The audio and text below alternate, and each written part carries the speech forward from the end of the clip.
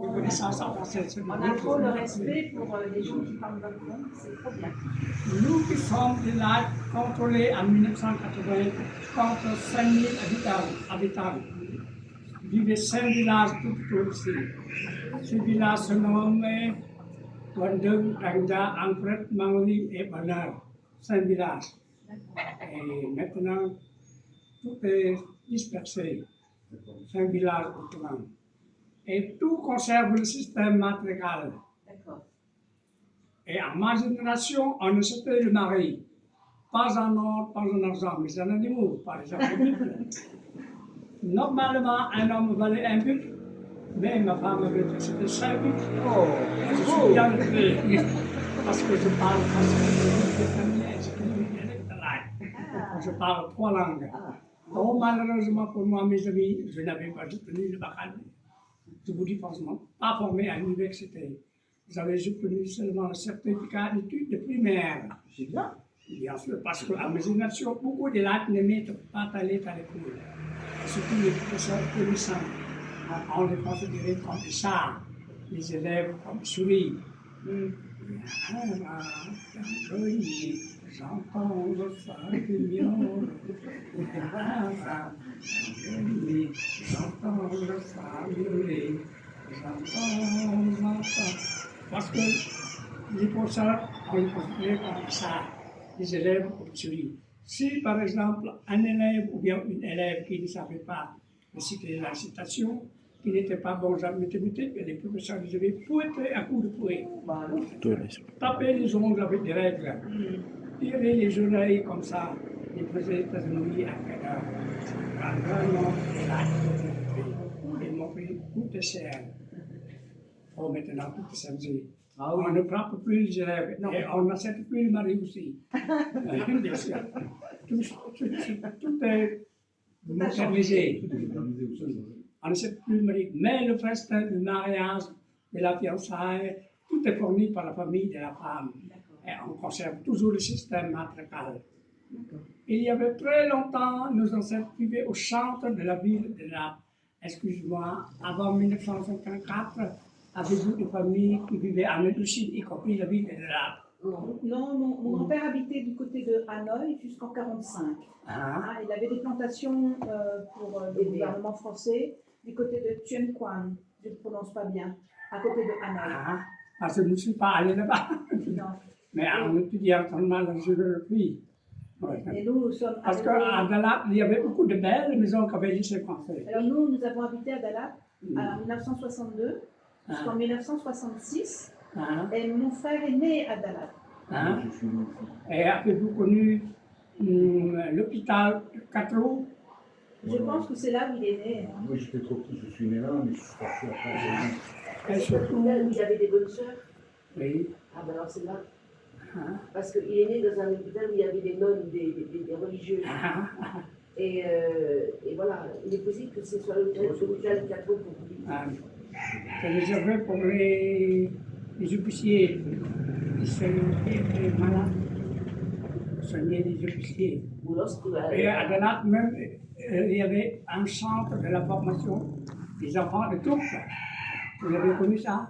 Maintenant, cette université, on l'avait transformée en université. On formait beaucoup des branches.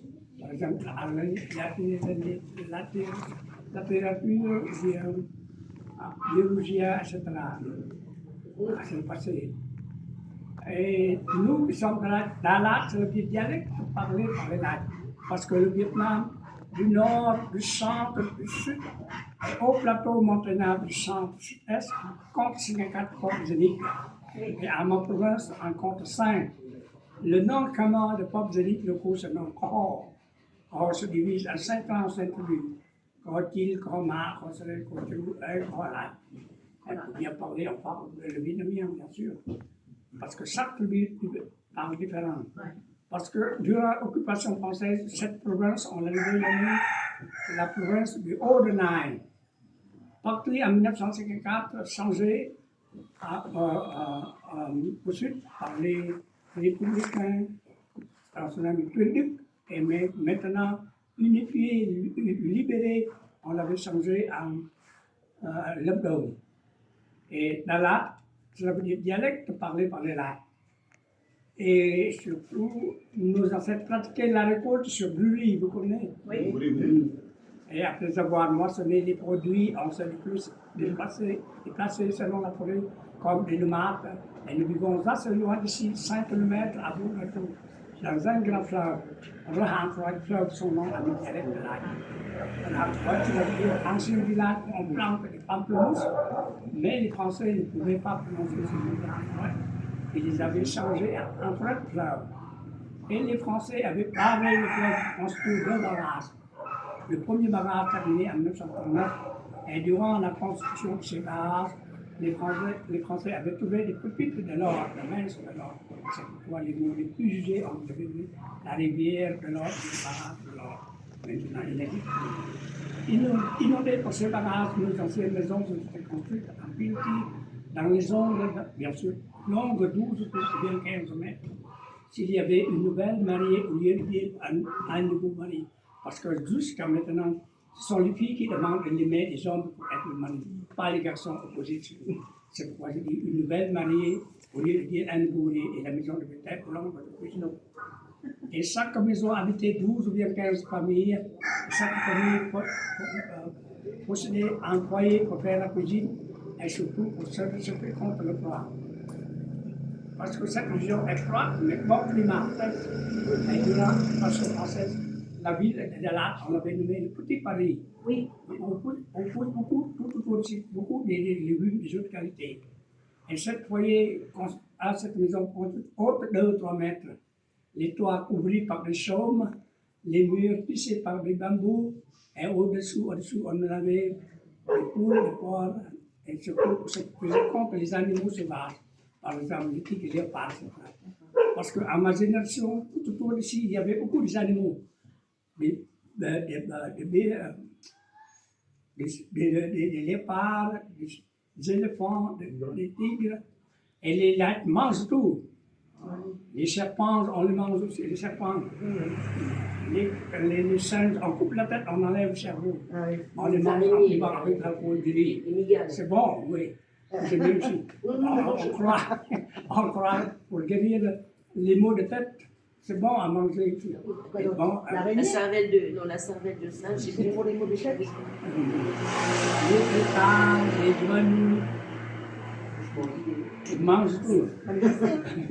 Et avec nous, ça fait cette chanson. La nuit est limpide, l'étang est sans vide, dans le ciel splendide, il se croit, s'endort.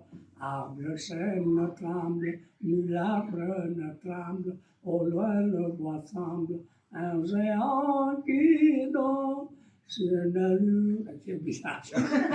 Bravo. Merci. Il y a beaucoup de belles chansons pour le nature. Bon, comme vous pouvez me considérer comme muet. Comment dit-on? Il est un muet, parce que le français est parlé pour moi, selon mes connaissances d'un ancien élève de faire des petites primaires. C'est bien. Non, mais c'est très bien. Vous faisiez oublier ça. Vous avez appris à parler français à l'école ou en parlant avec des gens autour de vous? À l'école, oui. Mais votre jeune fille a fait la mélodie, peut-être que vous pouvez vous rappeler. Recommencez. Je comprends un petit peu, oui. Je le prends le français. Et c'est quoi la mélodie que vous avez chantée? Parce que le français est très difficile. Il y a beaucoup de verbes qui vont suivre.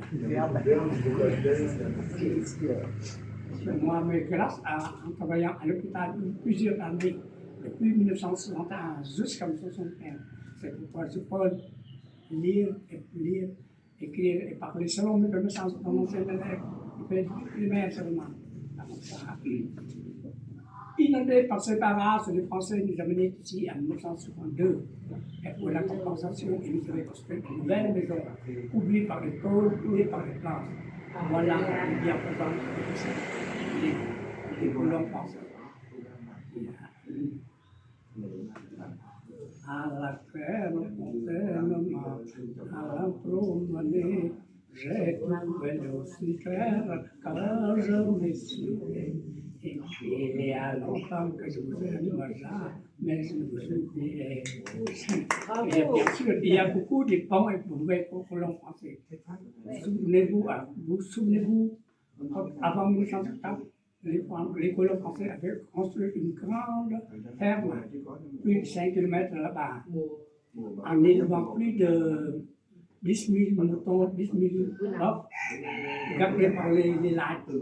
Mais pour faire perdre ces animaux à la prairie, il faut se lever de bonne heure, selon l'heure fixée. Mais les lacs ayant introduit leur cours avaient oublié. Les Français nous avaient grondé et frappé aussi. Dit comme ça, il faut bien travailler pour gagner la vie. Mais les Français armaient les lacs, ils étaient bien alcoolistes de cœur. Ils avaient oublié cela. Ils ont été par ce barrage, les Français nous ont amenés ici en 1952. Et pour la compensation, ils nous avaient construit de nouvelles maisons, oubliées par des tôles, clouées par des planches. Et nous ont ici 72 ans, 73 ans. Au Vietnam, vous savez bien, 60% sont bouddhistes, 10% sont catholiques, 5% sont protestants. Et les lacs aussi, avant d'être venus, Français venus, les catholiques, Américains venus, les protestants. Autrement, nous étions des animistes, adorant beaucoup de Dieu. Dieu en français, c'est nous, il y a un tigre, il y a un éléphant, il y a une montagne, il y a un soleil. Et pour offrir c'est inconnu comme ça tout de suite. On devait tuer un nid en attaquant un autre couteau pour l'éléphant. Et on frappe des bombes en plus de la pluie et on voit le cours du neige. Pour frapper ces bombes, il